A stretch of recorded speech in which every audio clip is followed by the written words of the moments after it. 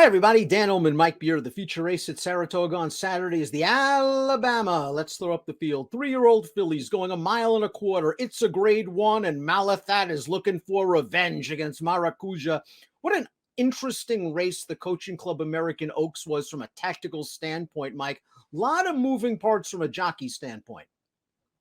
Yeah, I mean, I guess ultimately it all did come down to tactics in that race, Dan, because Malathaat, despite being very heavily favored to beat a short field that day, I guess you could just say maybe the dynamics and the way the race was won worked against her, and it really worked to the advantage of Maracuja, who got an expert ride from Santana. And the question is, how is it going to play out this time around? Well, Timeform US might be able to give us a clue. We throw up the pace projector. Played Hard has shown speed in her last 2 races. Gate-to-wire efforts in both of them. Now she steps up into the stakes ranks. I expect her to make the lead. And I think if Johnny Velasquez is sitting on Malathaat with Played Hard in front like this, he's going to be very, very happy. Yeah, I think that's probably going to be key for Malathaat in this race, I guess, Dan. She doesn't have to, come out of there running this time. Let somebody else take up the pace. She can sit somewhere off it as she, seems to really like to do, and maybe it'll make all the difference. Very quietly, the number 1 Crazy Beautiful has amassed a strong record in 2021. She won the Gulfstream Oaks. She won the Summertime Oaks. She won the Delaware Oaks. She wanted to make it the Coaching Club American Oaks, but unfortunately Kenny McPeak's barn was under quarantine. All of his horses have had to take detours, and now Crazy Beautiful comes into this race off a little bit of a layoff, Mike. She's good. Let's watch her effort in the Delaware Oaks, but this field in the Delaware Oaks that she beat, not very strong. No, she's just doing what she's supposed to do in here, Dan, winning this race. As they say, like a 1 to 5 shot should. She set a perfect trip in here. She had no trouble putting this field away.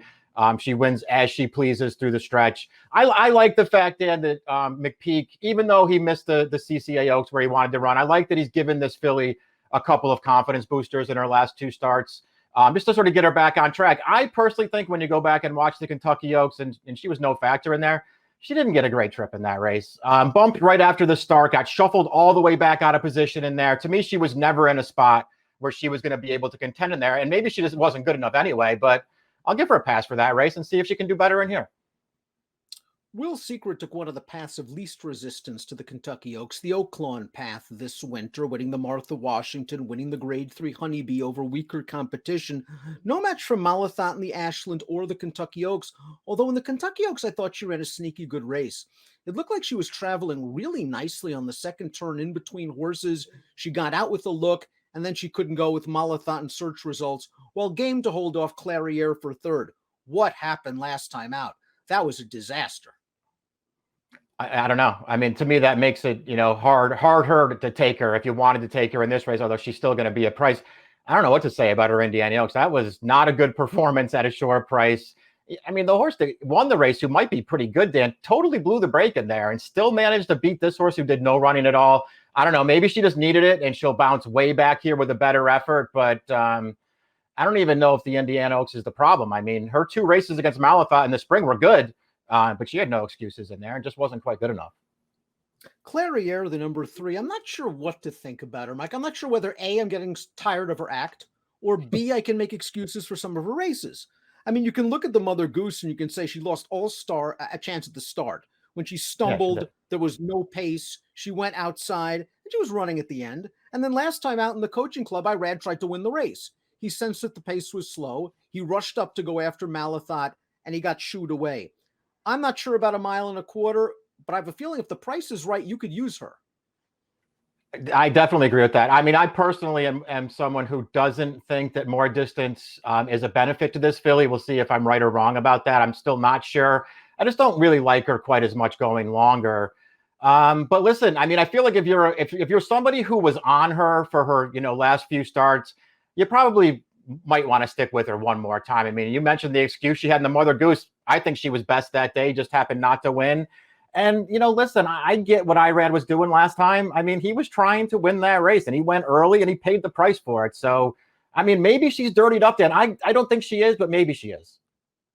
Here's the upset winner of the Coaching Club American Oaks, Maracuja. Let's watch that race. As you mentioned, It was a masterful ride by Santana, who got up close early, then kind of backed off and let Clariere in the yellow Stone Street silks on the outside go after Malathaat on the rail. And you can argue that Clariere has softened up Malathaat, and now here comes a fresh Maracuja on the outside. Malathaat ran great. Maracuja was game. They put on a show. Yeah, it was a great race for a race that only had a 4-horse field. It was a great race. There was a lot going on.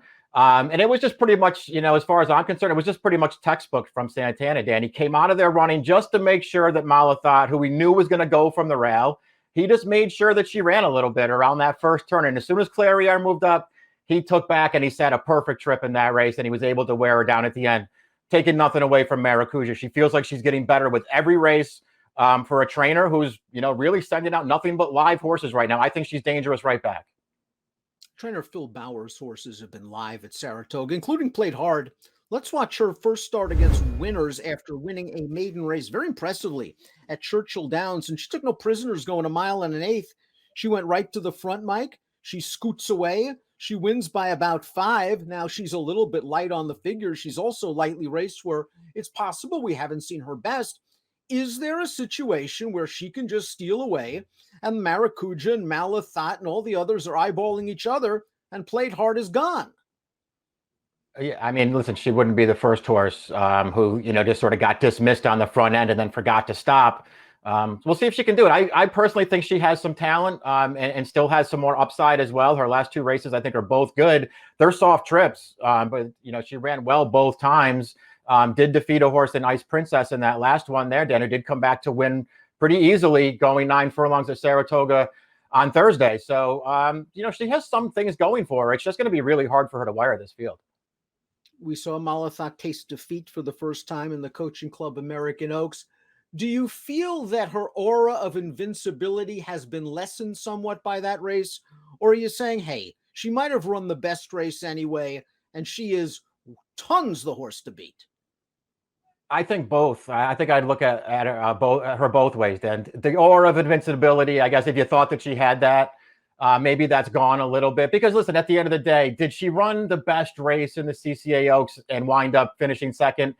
Yeah, she probably did. I mean, she did all the hard work in there, and then she just couldn't fight off a horse who just got a really nice trip and ride. On the other hand, if she was, in my opinion anyway, if she was truly head and shoulders above her contemporaries this year, I think she would have won that race anyway. And she just, couldn't quite get it done. She still ran well, as we've already sort of talked about. It feels like she's not going to have to do all the hard work early this time. She's going to be able to sit the kind of trip that it feels like she's more comfortable sitting. And I think that's going to make her really tough in here, especially when you add in the 1.25 miles, which I just think she's going to get with no problem. And completing this quality field is the 7 Army Wife, who, like the 1 Crazy Beautiful, has had a really nice season. Winner of the Black-Eyed Susan, winner of the Iowa Oaks, 3rd in the Gazelle. She's done some good work for Michael Maker. Distance doesn't seem an issue, and this was a very comfortable win in her prep race, the Iowa Oaks. Let's watch Army Wife. She tracks outside. She's supposed to beat this field, and Army Wife is simply too good for them as she strides down to the wire. Now, a 90 Beyer speed figure that she earned in this race is her career best. She's going to have to do better, but all in all, she's a rock-solid horse that should get the 1.25 miles, no problem. Right, and she keeps getting better with every race too, which I think you have to like about her. She wins this race easily against, basically nothing. I thought, we were talking about the great ride Santana gave Maracuja and the CCA Oaks. Rosario gave this filly a great ride to win the Black-Eyed Susan. He probably made all the difference there for her to get that job done. And when she was behind Maracuja in the Gazelle, Dan, she had real trouble in the stretch of that race. It might have been a lot closer. Top pick time for the Alabama. You're going Malathaat. I'm going with a little bit of a crazy price horse. I've always had a thing for Will's Secret all winter long at Oaklawn. I really like her tactical speed. She can put John Court wherever she wants. Her race in the Kentucky Oaks, I thought, was sneaky good. The last race was not good. Maybe she didn't like being down on the rail. I mean, I'm not sure that's a plausible excuse or not, but she was stuck down there for most of the way. She's going to be a big price. Does she win? Probably not. I think she can outrun her odds.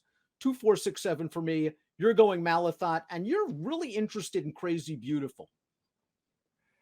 Yeah, I feel like I would just throw Crazy Beautiful in there and just see if she can do a little bit better here, Dan. I like her tactical speed. I feel like she's going to fall into a trip in this race. You know, I would have picked against Malathaat if I could have just found the one horse that I really wanted to bet. I don't think Malathaat has to win this race. I just couldn't find the one horse that I really thought I wanted to bet against her, so I'm just going to put her on top. 6143 for Mike. 2467 for me. Should be a nice running of the Grade 1 Alabama at the classic distance of 1.25 miles at the Spa. Good luck.